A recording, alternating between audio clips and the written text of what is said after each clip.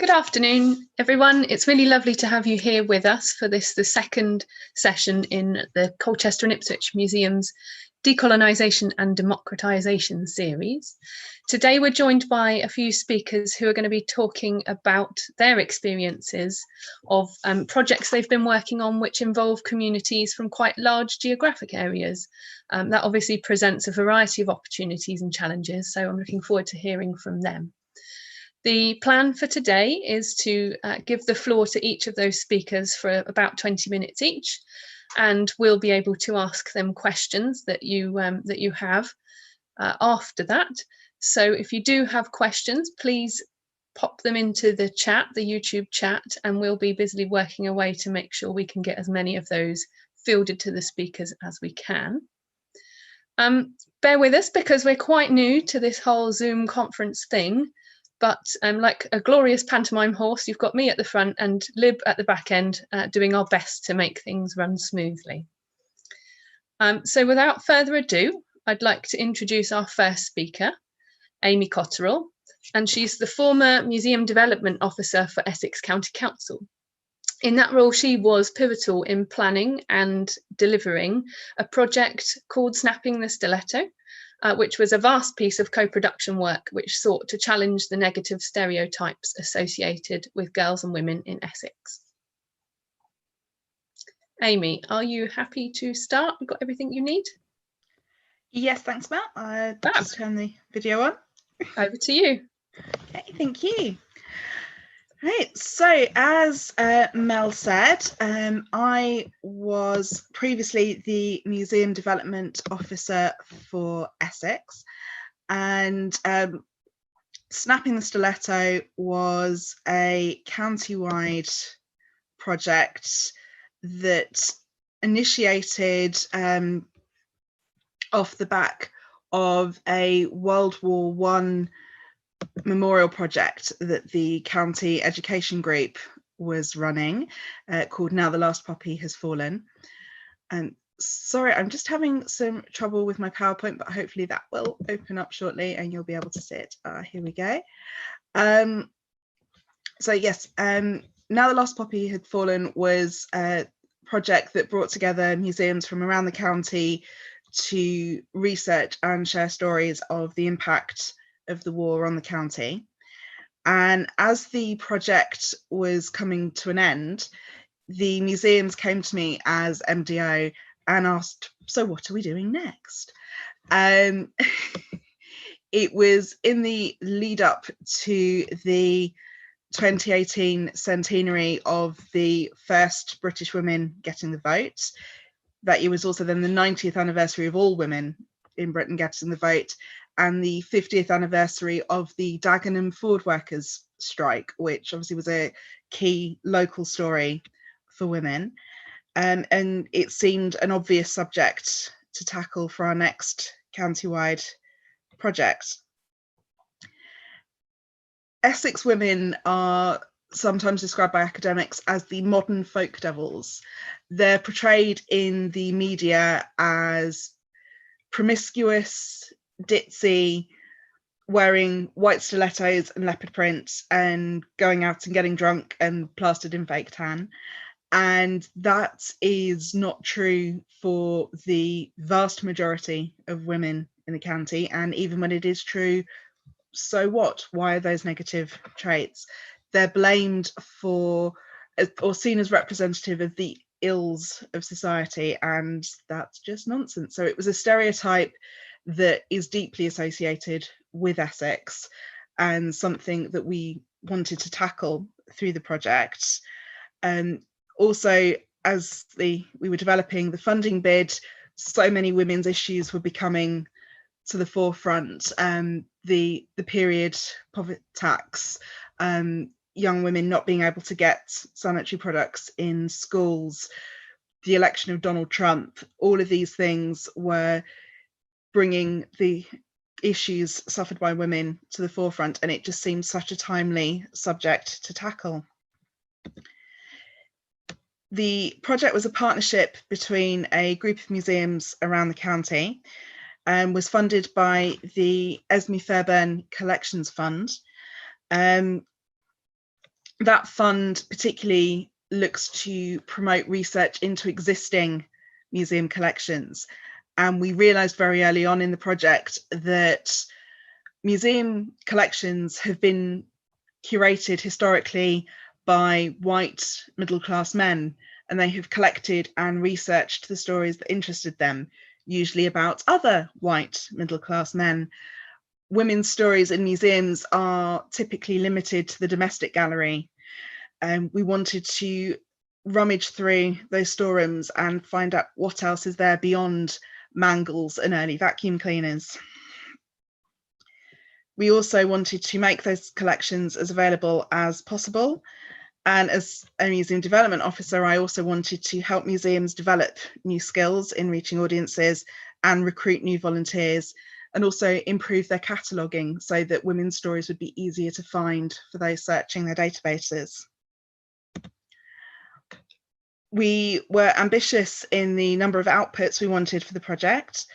We created a touring exhibition that went to museums and other venues around the county. We also had funding for each of our partner museums to put something new onto permanent display to make women's stories more prevalent in their museums.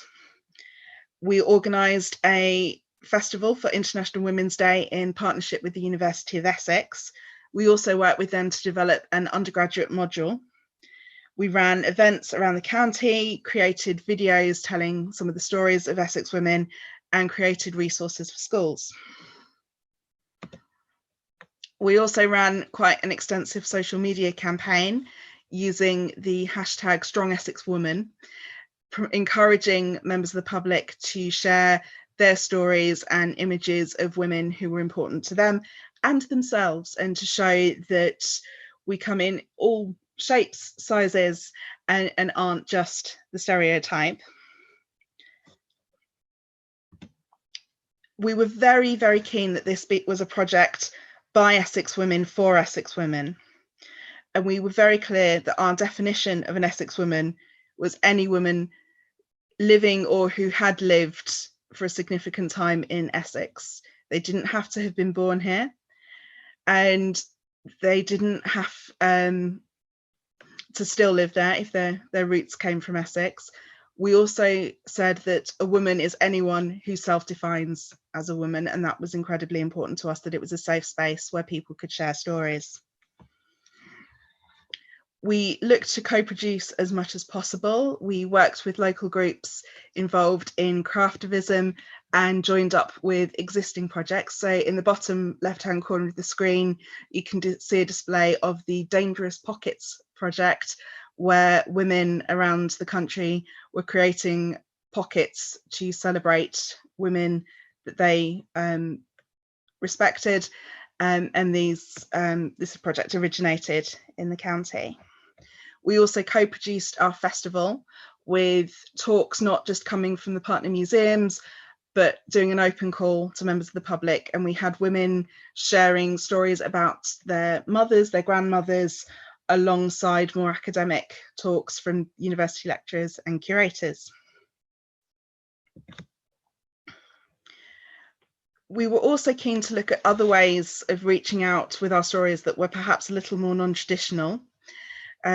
On the suggestion of the guides, we created posters that went along the branch lines in the county, promoting stories of individual women. We had stalls in shopping centres.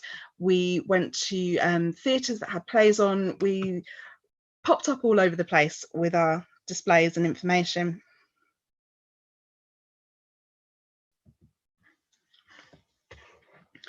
The relationships we developed with local communities were key to the project. We worked with women's groups that are perhaps well known, like the WI, but also more independent, smaller groups, such as those based in local mosques, churches, and other community groups. We took part in Colchester Carnival with volunteers dressed to represent different areas of women from across the 100 years of the project. And we found that as we went out and shared our stories, that many women in the county had a strong emotional connection to our subject matter. They were very keen to volunteer and get involved, and wanted to share their stories of Essex women. Due to the nature of the funding, we had no facility to capture those stories or to take in new collections. So that was something we quickly realised we needed to do a follow-up project to give those women the opportunity to share their stories. We also, as expected, found holes in collections. We had lots of stories about white middle-class women, but very little about women of colour, LGBTQIA women, disabled women, or working class women. Where we did, we had anonymous pictures of large groups of women working in factories and stories about women who came over to nurse in the country, but very little else. So we wanted to make sure that we were setting up a second project that would capture those stories. One of the major challenges we had with the project was not engaging communities, but keeping our museum partners engaged. There was a long gap between submitting the funding application and being able to start. During that time, several of our key partners had had staff turnover, and we'd lost those who'd signed up to the project. We also found that in some cases, where large teams in museums were working on different projects, they weren't necessarily what we would say called joining the dots. So pieces of work that we could have supported and promoted through our project happened alongside it. So that was something we wanted to make sure in future work that we were more joined up in our thinking. We also had gone into this project very keen to support museums to recruit and train new volunteers. And what we found with a lot of our partners was that they didn't want new volunteers. They were working well with the teams they had, capacity was stretched, and volunteers were seen as something additional to have to work with. So that we found we had to take on a lot of the volunteer management on ourselves as a project team. Something that particularly helped us with that was the Volunteer Makers platform. So this is something that was originally developed for community co-production by Luton museums, but allowed us to have a central point where we could advertise volunteer roles across our museum partners. It takes a challenge-based approach. So rather than necessarily asking for everyone to sign up to be involved in the project on a regular basis and give a regular day a week or a month, it allowed us to have one-off opportunities and also short pieces of volunteering, such as promoting the project on social media, writing a blog post, doing brief pieces of transcription. There were, of course, a lot of things that worked really well with the project. So one of the instances where the relationship between the project, the museum and the volunteers worked really well was in Southend. So here we have Rosina Skye. She was a suffrage leader in Southend. She's particularly of interest because she was a working class suffragette and their stories aren't as well known. She ran a tobacconist shop in the town and ran the local branch of the Tax Resistance League.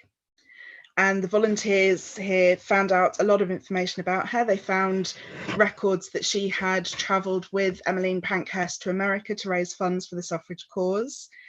They also tracked down the location of her tobacconist shop, which is now a restaurant, and they went out for a meal together.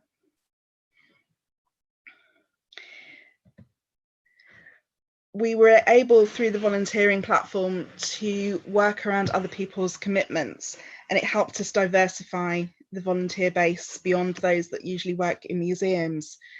Because of the nature of being able to log on and do transcriptions or write some text at a time that suits you, a lot of our volunteers were those with caring responsibilities for older relatives or with young children who found they could fit volunteering in around their other responsibilities. We also worked to make sure that we built a sense of community, even though these volunteers were working quite separately. So we had training days that we ran flexibly across the county on different days of the week at different times so that as many people could take part as possible. So here's a group at a text writing workshop, because all of our text was written with the volunteers for our exhibitions.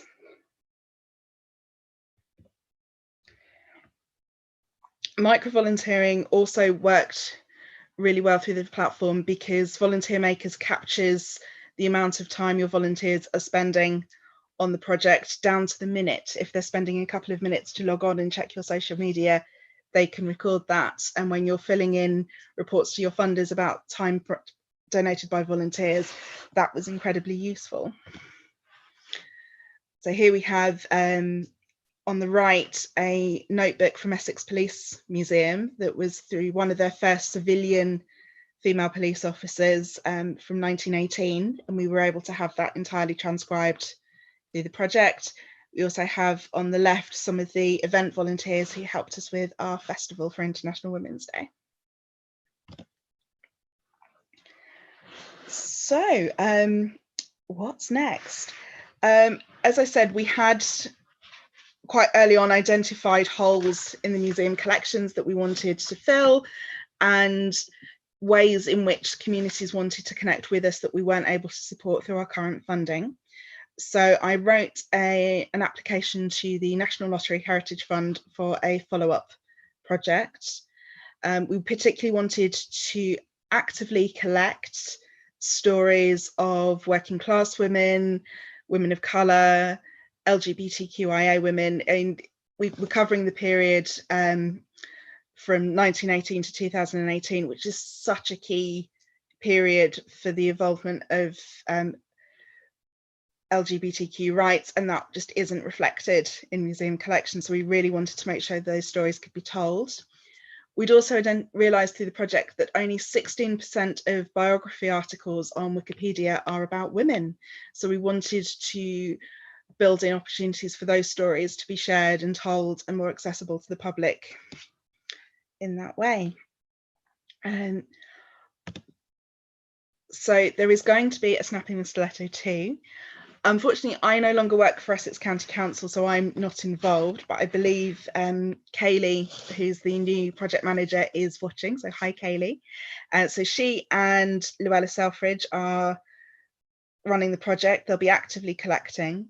One of the other things we wanted to do is work in areas that didn't have museums. So they'll be working in parts of the county where there aren't museums, as well as working with these 4 museum partners. And really excitingly, they're just about to launch a new initiative to promote the project, because Kelly and Luella just started a couple of weeks ago. So they're asking for any Essex women who might be watching for you to send them details of a woman who inspires you.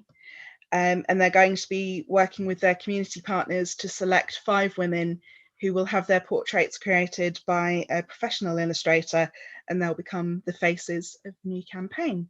So hopefully there you can see all the details if you want to get involved in the new project. So Kaylee's contact details, our original website and their new website, and all the social media handles have stayed the same. I'm taking the Learning Forward, however, into my new role. So I now work for Coram, which you may not think you've heard of, but our previous name was the Foundling Hospital. So you probably have heard of that. Coram was originally established in 1739, and we have an unbroken archive going back to that date. So we're looking to make that collection more accessible to the public. So please do follow me on Twitter to stay in the loop with what's happening there. Thank you.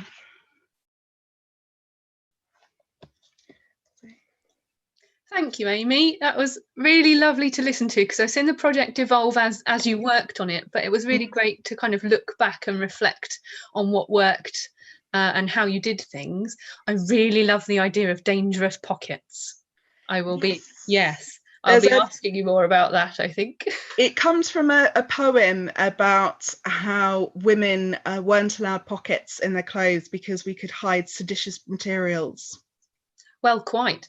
I know every time I wear a dress now, the first thing I say, it has pockets. Yes, in fact, the dress I'm wearing today has pockets. There's a couple of questions coming through. If I can pose those to you now, but leave you to kind of think on those while we listen to our next speakers, is that okay? Yes, absolutely That fine. gives you some time to think about an answer. A question from Ellie in Essex. The number of museums involved is really impressive. How were you able to embed the community relationships with these museums when the project was managed centrally? And a second question, you mentioned creating safe spaces. Can I ask how you did this? Are there practical examples that you could recommend? So food for thought there. Okay. And I think you raised a really important point, and we'll come back to it maybe after this, the second presentation. A really important point about the absence of women in many museum collections across the country, I imagine, and who has historically been in control of those stories. I think they're both really interesting things to come back to. Thank you, Amy. We'll move on to our second presentation from Aisling and Dhelia from the Museum of London. Aisling is a community engagement manager there, and Dhelia is one of the youth culture curators involved in Curating London. They're going to speak today about two projects which form part of a 4-year plan to change how the museum collects material evidence of 21st century London, and how it puts local Londoners at the heart of that collecting practice. So I'm not sure who's speaking first, but I'll hand over to both of you and you can work your magic. So I'm going to speak first and then I'll hand over to Dhelia. So I'm just going to share my screen.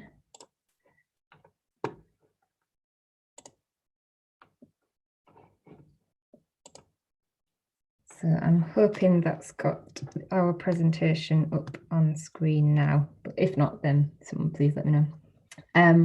So yeah, thanks for the intro, and really great to hear Amy talk about that project, such an amazing project. As we said, my name's Aisling and I've also got Dhelia here, and we are from the Museum of London, and today we're going to be speaking about two projects which were part of a programme at the museum called Curating London. I'll start off by giving a quick introduction to Curating London, super quick, and then we'll talk a bit more in detail about those two specific projects. So Curating London is a contemporary collecting programme, and it's all about collecting people's experiences of being a Londoner today. And it's taking a participatory approach to collecting and curating, so really trying to work more closely with members of the community to ensure that the objects and stories we collect authentically represent them, and as far as possible it's then making those decisions around what is collected as well.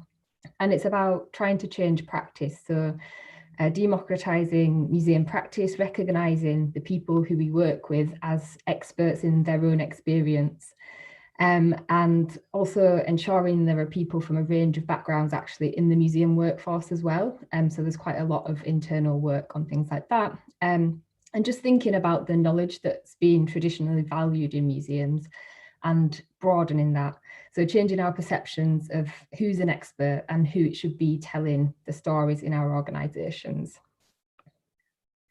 It's a 4-year programme, as was mentioned, and it's funded by Arts Council England. Each year there's one Pan-London study and 3 area studies. So I've got up here some photographs from our most recent Pan-London study, which was all about dub culture, so dub and reggae culture. We've got a brilliant exhibition which has just opened at the museum, but sadly just opened before lockdown. So usually I'd be telling you to go and visit it, but I'll say hold on for a little bit and hopefully you'll be able to get there and when we reopen. And then there are the 3 local area studies, and we'll talk about a couple of those in this presentation. Then there are also research projects, so things like partnerships with higher education institutions, and each year there's a traditional and an experimental research project. So experimental could be more recruiting researchers who are from the community rather than working, for example, with a higher education institution. The project I'll be talking about today is one I delivered in Tower Hamlets. And I just wanted to start with this slide because I just really wanted to get across the idea that it was all about the people. The work we're doing is all about the people, and I just wanted to share some of the amazing women that we worked with on this project. You'll see some of them have got items of clothing, things that they're holding up. Some of those were things that they brought along to share their stories. Some of them were things that they've proposed to be acquired by the museum, which I'll talk a little bit more about. So this project started when we were approached by a partner, the Osmani Trust, who are a community organisation in Tower Hamlets in East London. And they approached us because they wanted to do a project exploring the heritage of the Bangladeshi community.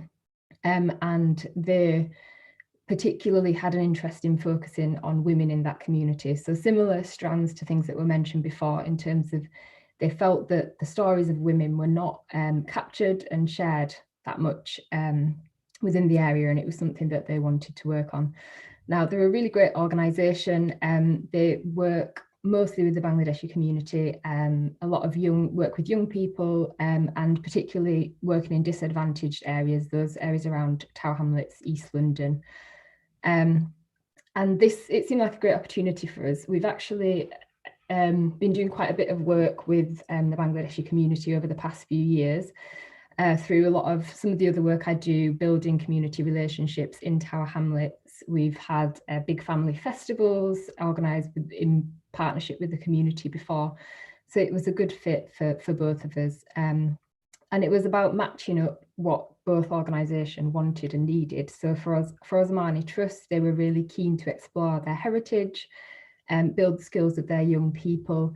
And for us, what was important to us was collecting outputs. So we're working on a contemporary collecting project. So we wanted to be able to acquire some objects for our collection.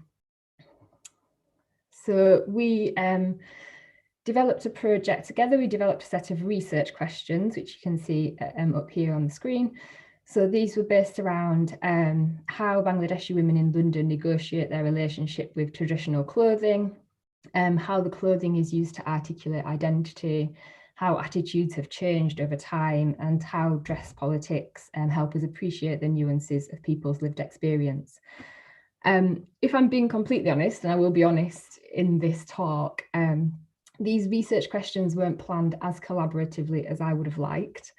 And that was because it's the typical thing of matching up the timelines of an organisation, museum processes and museum systems with community engagement work.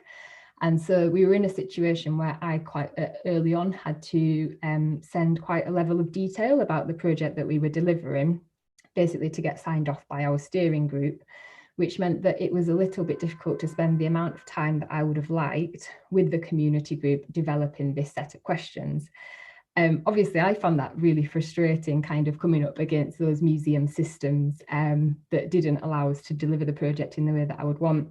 But after a while, I realised that this is what it's all about. This is what this whole programme is about. It's about finding those systems within the museum that don't work perfectly for our work when we're talking about, democratising the way we work. What is it that's standing in our way, and how do we advocate for those systems to be changed and adapted? So I raised this as an issue, and it has been changed. So for future projects, we've got a much more flexible approach where we've got longer to work with community partners to really develop those projects in as much depth as we want to get signed off at a later stage. So we're making progress. In terms of the project itself, I was keen to do something quite long term so that we could really build those relationships and trust and make the group comfortable with us. So we had this group of 16 to 9-year-old young women from the partner organisation. They regularly met there anyway. They had a girls group, and we built this project. So it started off with a visit to the dress and textile store at the museum. We had various workshops, so skill building workshops. We had workshops which were kind of to help us deliver the project, so things like building skills in oral histories. But then we had some workshops which were really focused on what the young people had said were their interests and what they wanted to get out of the project. So things like photography and event planning. You can see a couple of them in the photo there, developing some of those skills.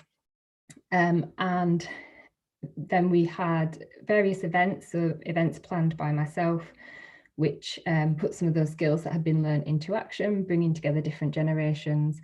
And I should say that one of the focus of collecting for the project was oral histories, and the questions that were covered in the oral histories were developed with the young people in those workshops, and then they themselves delivered some of the oral history interviews. Some others were delivered by a freelancer who we'd recruited from the Bangladeshi community, who also carried out some of the oral history recordings. And then the finale of the project was a family festival at our Docklands site, which was produced by the young women. So they came up with a theme, they chose the theme of identity, various activities. They did things like manage the budget, obviously with support from me, had workshops learning how to organise a large scale event and things like that. And it was a really nice celebratory way to end the festival. So throughout all these activities, workshops, events, we were either recording oral histories with friends and family members of the community, or we were identifying people who were interested in potentially donating objects and things like that. I did other activities as well, so other community events, a project with the school, things like that. And it was about creating a variety of different ways that people could participate, people could give their input, and that was really key. So I think there were people preferred to input in different ways, and so we had like lots of different ways that they could choose to do that. But it wasn't always straightforward. There were quite a few people who were quite wary about being recorded.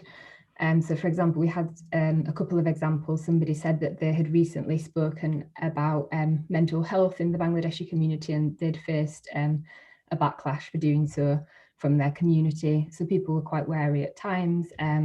We had another person who felt that they didn't want to contribute because they were worried about being misrepresented in the future by the museum. And this came from experiences they'd had in their own life in the past. And we recognise we can't solve those things overnight, and it's a process, but hopefully having had that open, honest conversation, listening to someone and starting to build a relationship, that maybe in the future their perceptions might change. So as mentioned, we were identifying things to be collected, so items of clothing, personal objects and oral histories. We kept it quite open as to what that end result could be. But those were the types of things that obviously from the project came up. And it was not about having a set exhibition, so it's about collecting things for the permanent collection. It was really important for us that people knew that, because it's a way that we can, there's a legacy to the project, and in the future we can have an exhibition about anything, and that community can be represented through the contributions here. However, I'll end on, it's not a very happy note in that we had to pause things because of the pandemic. So the final stage of the project, which is a community collecting advisory group, which will make the final decisions around what objects and oral histories are to be collected, is to be continued and to be adapted to a virtual form, which is not ideal in some situations, because we appreciate we won't be able to reach all of the people that the types of people we had planned to reach through the physical session we had planned. But yeah, it's the next best thing. So we've got this final stage of community consultation and before we start the acquisitions processes. So that's pretty much it. I'm going to hand over to Dhelia because we've not got too much time to talk you through all of this. So there you go, Dhelia.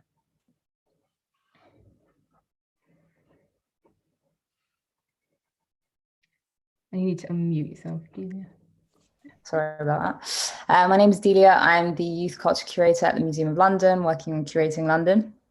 I'm going to be speaking about a project that I ran, Collecting Ends, which was the North Kensington area study as part of year 2 of Curating London. And North Kensington is in the borough of Kensington and Chelsea. So we're looking at like the Ladbroke Grove, Latimer Road area. Some people will know it more because of Grenfell, which happened in that neighbourhood. The purpose of this project was to collect the lived experience of young people in West London. And so some of the key questions were, what does being from West London mean to young people? what are the iconic landmarks, notable figures in the community, or defining moments of West London history as identified by young people that we must document? And are these represented in the museum's collections? If not, how might we begin to record and document these elements of West London culture? Oh, sorry, this thing has moved around. So yeah, like we worked with a project partner called Ferrer Arts, who were based in Ladbroke Grove, and who helped to recruit a group of young people from their network.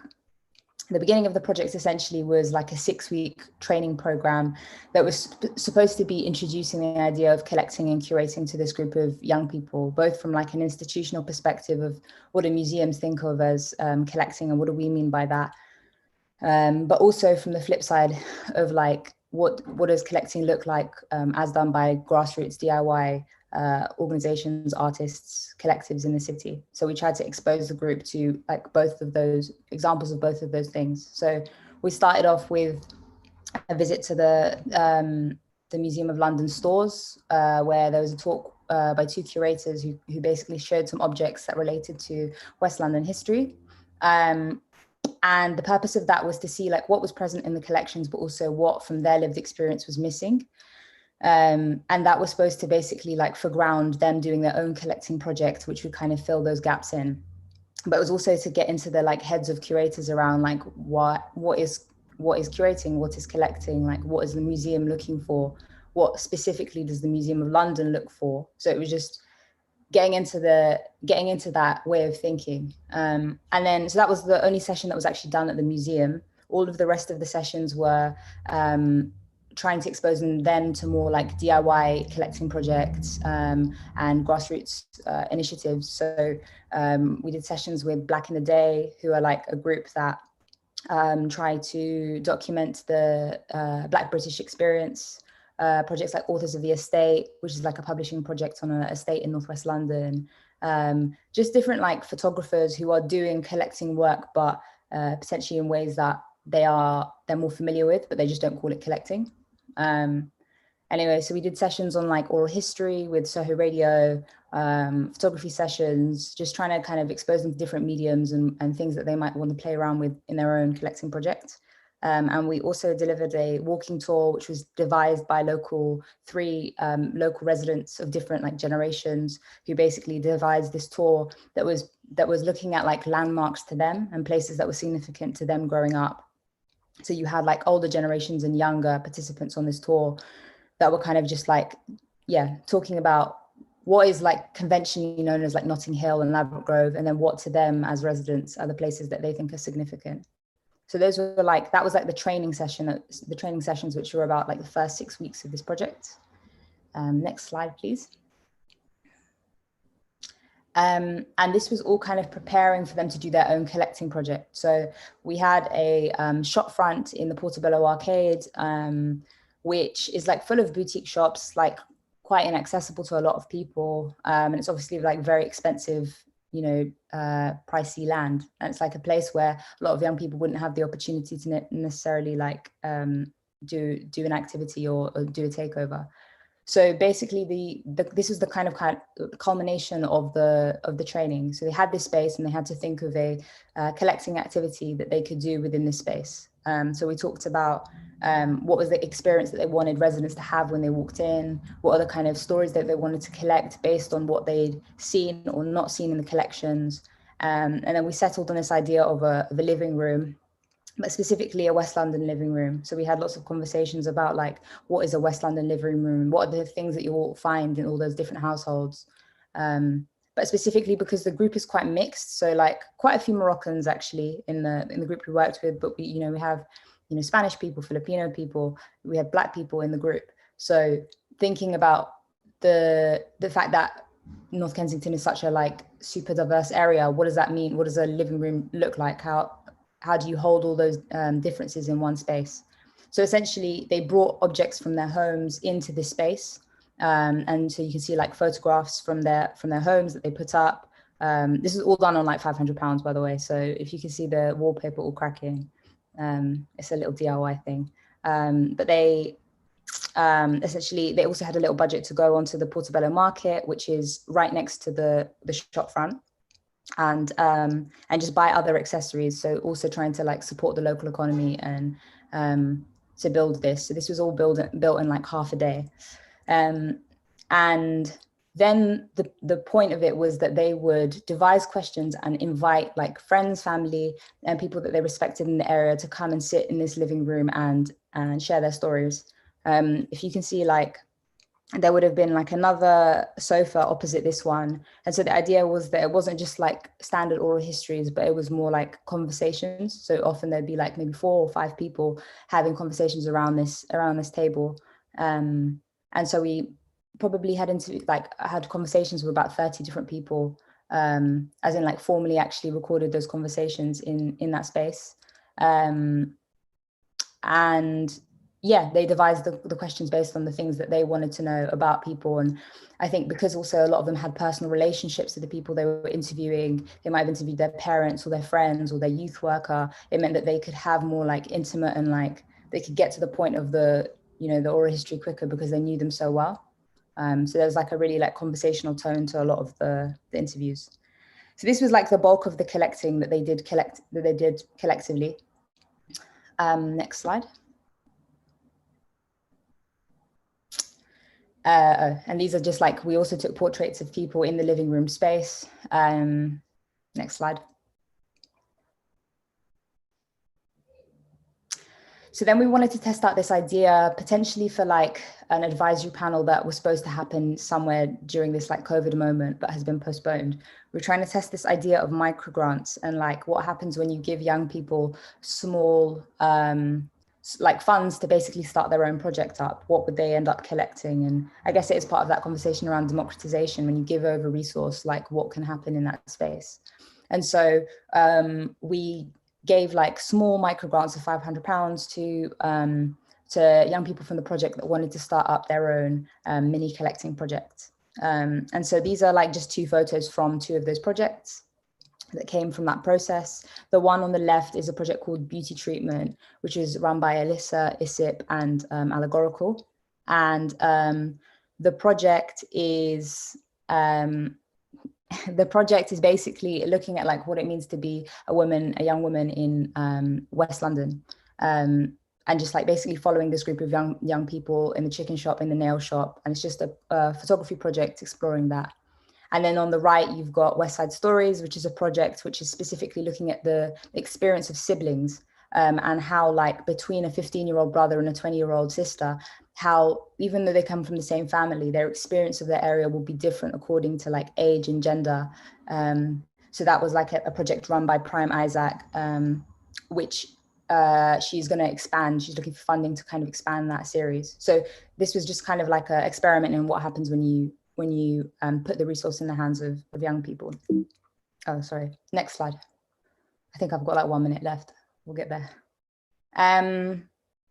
And this is the exhibition in the same shop front that kind of is the culmination of the whole project. And it involves like this portrait wall, which is all of the kind of faces of people who contributed to the living room project. You could put the headphones on and hear parts of the oral history.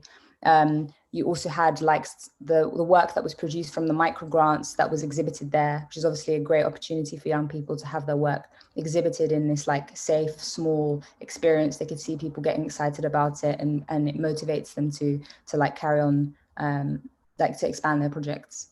So this was essentially the culmination of the project, which was on for like a whole month in, I can't remember, February this year. And yeah, that was the project. Oh yeah, one more slide. And in terms of legacy, what has been great is that some of the young people from that project I've been able to work with them on future projects after that. But these specifically are examples of commissions. So they've worked with comms in a paid capacity as photographers. So that's been really nice to take them from, volunteering on a project to be able to actually work with as a freelancer for the museum. So this is like some photography that they took as part of a series for the Museum of London's social media around the Grenfell anniversary. So trying to commission like people from West London to contribute that. And then these two on the right-hand side are from a series for Black History Month, where we commissioned Kez Eccleston, who was one of the young people in the project, to take portraits of Black Londoners. So it's just nice to see that progression for them. And yeah, I think that's all of it. And then the next slide, we just had some tips or some considerations based off of both of our projects. I don't know if we have time to go through that, or if we can just... They may well come up in the questions. So if we leave the slide up for a second, people can be reading those whilst I look through our questions. Thank you, that was really interesting. And I hadn't heard about that project before. So it was really good to kind of get an insight of how you're working in many different ways. And I think the thing that both projects have in common was this idea of creating very many ways for people to get involved, and it kind of gave it the flexibility for all of those people who wanted to take part, which was a kind of an interesting comparison, but also something they had in common. Amy, can we call you back onto the camera and mic, please? Right, shall I stop sharing my screen now? Yes, thank you. Are you happy with those two questions I left you to mull over? I'm just going to have a look at the next questions we've been posed. Yeah. Thank you. Can you remind us of the question? Yeah, I'm just reopening my notebook because it managed to close. So you asked me about how we embedded the community relationships with the museums. And also about the creation of safe spaces. So regarding the relationships with the museums, it wasn't successful 100% of the time, but it was successful with a lot of the museums. So we made sure where we could that we had meetings with the communities in the museum spaces, that we had museum staff present and made those introductions and worked collaboratively together, that it wasn't just the project team and the community groups deciding things to then put into the museum. This particularly worked well with Southend Museum, built a really strong relationship with the local branch of the Red Box project. So if you're not familiar with the Red Box project, it was an initiative to collect sanitary products and put them into schools for young women to access for free. Luckily, now the government have started doing that centrally themselves, so the project isn't as needed, but they built a really strong collaborative relationship and did a lot of work together around and beyond our project, and also with other local feminist organisations and women's groups, and building into their programming a lot more work around women's history. So that worked really well. But there were several other examples as well where we've managed to have some more lasting relationships beyond the project. That was really important to develop those relationships to diversify their audiences going forward and their work. So I'm waffling now. No, that's all right. It's really hard when you can't see the audience react. A question that's come through for Ashley and Dhelia. London is huge and diverse with lots of different people to represent. How do you select the areas of study? I think for my project, at least, that came out of the relationships that we'd fostered over the past however many years. So Tower Hamlets, one of the museum sites, is based in Tower Hamlets, our Dockland site, and I've been working with the community there for a number of years. The Bengali community is really large in that area and is a really important group, and we've built relationships with them over a few years. So I think for us it was kind of utilising those relationships and to kind of take it to the next step. But that doesn't speak for Curating London more widely, and Dhelia can add in there. But I think it was just that it's that whole thing of it being an ongoing process, and the fact that we had these relationships and we've built trust over the number of years, kind of helped us out in this situation. Just, yeah, to add to that, I think there's a consciousness about like the balance of areas. So obviously it's a 4-year project, so making sure that not all the projects are in the east, not all of them are in the west, that we represent the outer boroughs and the inner boroughs. So we think about that in the programming of it. But for my project specifically, there'd been quite a few projects that were done in like East London or in the docks, or and West London was less well represented in the collection, certainly in terms of like young people's experiences. But also I come from West London, and I'd worked with that project partner in the past and have good relationships with them. So that helped, that I was able to like bring that relationship into this project. Fab, thank you. We have a question which has been directed at Aisling, but I think everyone can have a pop at it if they feel they can. This was about difficult histories, actually. And the question is, have you implemented support programs for participants discussing difficult histories via oral histories or the other ways they've donated stories? For example, training staff or any other things you've done? Aisling, do you want to speak to that first? I'm just trying to think. This is obviously a much kind of like organisation-wide thing beyond our own work, but I think it's obviously a very current thing at the minute. And if people who are familiar with our sites will know that our Dockland site in particular has got a gallery there called London, Sugar and Slavery. So we are really, like, our whole history is really, really linked into, it was originally a warehouse building and it brought in goods from like plantations. So it's really, really linked into complex histories.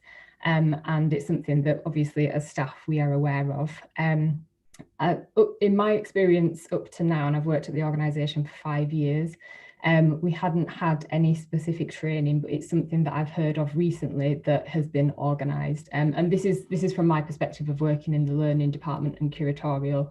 And I know that the front of house staff have had that previously. But recently that is definitely something that I know has been implemented and is really important for us all to have. So the answer is yes, but it's in the process. Yeah. Thank you. Amy, do you have anything to add there from your perspective? Yeah. So not so much on the Stiletto project, because we were working with collections that were already in museums, and museums hadn't generally collected the more troubling stories. So I think that'll be something for Kaylee and Noella on the next project to keep in mind. But in my current role at Coram, we're working with care experienced young people who obviously have had quite a traumatic past to be in that situation, and working with the Foundling Hospital Archive, which material has a lot of very traumatic information in, particularly the petition letters which were written by mothers begging the organisation to take their children in because they weren't in a situation to care for them.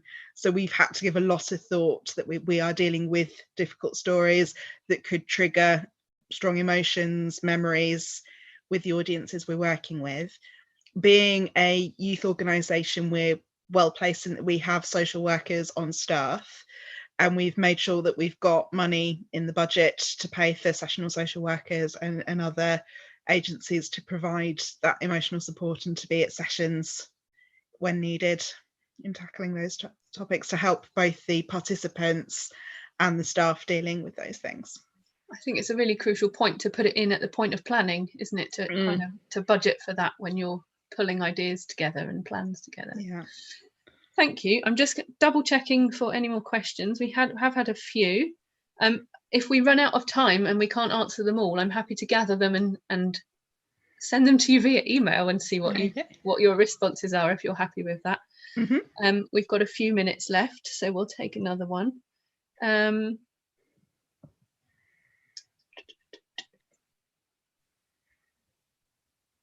Has the project, this is for Aisling mostly, I think, has the project created pathways for participants to shape or direct or lead on other aspects of the Museum of London's work outside of this contemporary collecting programme and events?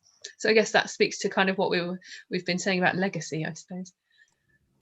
Yeah, and so for us, it's obviously because we were cut short by the pandemic. It's kind of, we haven't yet finished the project itself.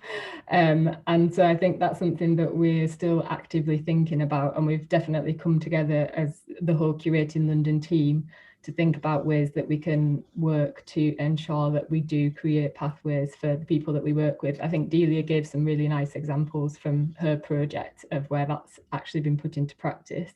And I think for me, it's about creating connections across the organisation, because it's about finding ways for those people to engage, but perhaps not in it, because obviously Curating London has got these set things. We do these 3 projects a year and this other project a year with different communities. So it's about talking to colleagues and finding the ways that we can actually feed into all the other amazing work that's happening.